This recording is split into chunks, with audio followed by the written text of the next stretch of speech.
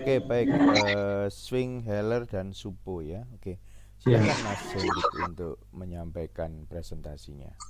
ya baik. Selamat pagi Pak Yosef dan teman-teman. Pada kesempatan kali ini saya akan mempresentasikan terkait Dagusibu Swing Healer dan Suppositoria. Yang pertama Swing Healer yang merupakan golongan obat keras ini. Jadi yang pernah saya temui di Indonesia ya ini ada Ovocort Swing Healer dan Meptin Swing Healer dengan indikasi yang hampir sama, intinya untuk asma bronkial. Kemudian ada perbedaan dari keduanya ini adalah dari zat aktifnya, di mana Ovocort ini mengandung budesonide dan Meptin Swing Healer ini mengandung procaterol HCl hemihidrat. Kemudian pada dosisnya ini mereka Swing Healer menggunakan dosisnya dalam satuan mikrogram per puff atau per hirupan. Selanjutnya terkait dagu sibu, yang pertama adalah dapatkan. Jadi Swing Healer ini merupakan obat keras sehingga hanya bisa diperoleh dengan resep dokter, dan pastikan apotek yang didatangi terpercaya dan memiliki izin apotek, ataupun bisa di fasilitas kesehatan lain yang resmi juga. Dan obat ini bersifat pribadi. Kemudian ketika kita mendapatkan obat ini, pastikan bahwa kondisi kemasannya ini dalam keadaan yang baik. Kemudian masih tersegel, terdapat informasi logo golongan obat maksud saya, kemudian ada tanggal kadaluarsa dan nomor izin edarnya. Nah, selanjutnya terkait gunakan Swing Healer ini. Jadi pastikan bahwa kita menggunakan obat dengan benar sesuai dengan etiket yang tertera atau sesuai petunjuk dari dokter dan apoteker. Nah, kemudian untuk langkah-langkahnya seperti ini. Jadi langkah yang pertama, buka penutup terlebih dahulu dengan cara pegang dengan kedua tangan, satu tangan memegang penutup dan satu tangan lainnya memegang badan Swing Healer. Nah, kemudian cara melepaskannya, penutupnya ini ditarik dengan arah berlawanan sambil sedikit digoyangkan ke atas dan ke bawah. Tapi pada saat mungkin bila pertama kali menggunakan agak susah, agak keras, jadi mungkin perlu sedikit digoyang dan ditekuk ke atas bawah. Nah, kemudian pastikan dalam kita menggunakan Swing Healer ini posisi counter ada di atas. Kemudian kocok terlebih dahulu Swing Healer ke arah atas dan bawah sebanyak 3-5 kali. Setelah itu dorong hingga berbunyi klik satu kali untuk mengeluarkan satu dosis, dan counter akan otomatis berkurang. Jadi counter ada di sini, yang tadinya misalnya dari baru 200, kemudian setelah diklik angkanya jadi 199. Nah, setelah diklik atau dibuka dosisnya, jangan dikocok lagi. Nah, setelah diklik, sebelum kita menghirup Swing Healer ini, kita terlebih dahulu menghembuskan nafas dengan kuat, tetapi pastikan untuk tidak ke arah inhaler. Setelah itu tempatkan mouthpiece di mulut dan tutup bibir di sekitar mouthpiece. Ketika menghirup Swing Healer ini dengan kuat juga, selama 4-7 detik menghirupnya. Setelah 4-7 detik, lepaskan Swing Healer dari mulut, kemudian tahan nafas hingga 10 detik. Setelah 10 detik kita menahan nafas 10 hingga 10 detik, hembuskan nafas perlahan dan tetap menjauhi dari Swing Healer ini.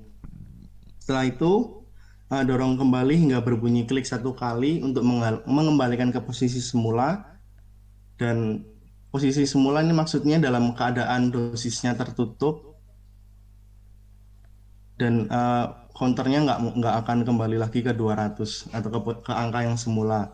Kemudian tutup kembali swing healer dengan penutupnya dan pastikan kita membersihkan mulut dengan berkumur air setelah pemakaian dan airnya itu jangan tertelan. Selanjutnya terkait penyimpanan dari swing healer. Swing healer disimpan di tempat yang sejuk, kering, terhindar dari paparan sinar matahari langsung, kemudian terpisah dengan device lain yang sekiranya mungkin menimbulkan kemungkinan kesalahan pemakaian, serta jauhkan dari jangkauan anak-anak dan hewan. Nah, untuk membuangnya, jangan membuang obat ini ke toilet maupun membuangnya ke drainase kecuali diinstruksikan seperti itu. Nah, obat yang dibuang dengan cara ke toilet bisa mengontaminasi lingkungan dan untuk swing healer sebaiknya kembalikan obat yang sudah kadaluarsa atau habis ke apotek maupun ke tempat di mana kita mendapatkan obat tersebut. Selanjutnya terkait dagu sibu suppositoria. Jadi suppositoria merupakan sediaan padat dalam berbagai bobot dan bentuk yang diberikan melalui rektum, vagina, atau uretra yang umumnya meleleh, melunak, atau melarut pada suhu tubuh. Nah, untuk dagu sibunya, jadi pastikan kita mendapatkan obat di tempat yang terjamin mutu dan kualitasnya, di mana obatnya ini asli dan berhasiat. Tempat yang paling terjamin di Indonesia adalah apotek dan instalasi farmasi di rumah sakit. Selain obat lebih terjamin, di tempat tersebut kita juga mendapat informasi mendetail mengenai obat yang akan kita konsumsi dari apoteker yang berpraktek. Untuk menunjang mendapatkan pelayanan terbaik, pastikan apotek tersebut berizin dan memiliki apoteker yang siap melayani. Kemudian terkait menggunakannya, pastikan benar sesuai dengan etiket dan petunjuk dari dokter maupun apoteker. Nah, ketika menggunakan suppositoria, sebelum dan sesudah menggunakan, pastikan untuk mencuci tangan menggunakan air dan sabun. Kemudian, sebelum kita mengeluarkan suppositoria dari pembungkus, kita rasa-rasa terlebih dahulu apakah suppositoria tersebut lunak atau masih keras. Kalau misalnya masih lunak, sebaiknya didinginkan dalam kondisi masih dalam kemasan ke dalam kulkas, atau bisa juga direndam di air dingin maupun dialiri dengan air hingga beberapa saat hingga suppositorianya agak keras lagi. Setelah dirasa suppositoria masih keras, sudah keras, pembungkusnya dibuka, kemudian bagian ujungnya dilumasi dengan air maupun lubrikan. Setelah itu pastikan atur posisi tubuh berbaring menyamping seperti ini, bisa menghadap ke kiri atau ke kanan tergantung dari pengguna.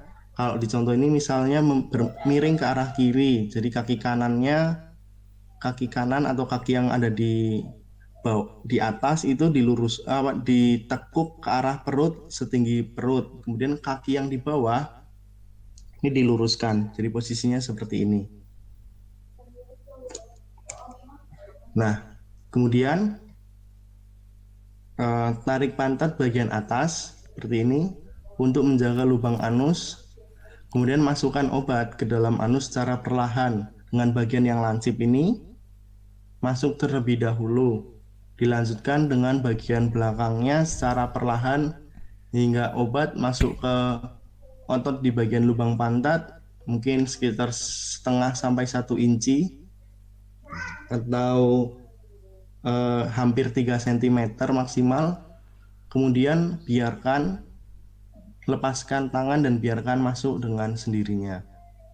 Nah, setelah dirasa sudah masuk, tahan posisi tubuh tetap berbaring menyamping dengan pantat dan kedua kaki merapat selama kurang lebih 5 menit untuk menghindari suppositoria terdorong keluar.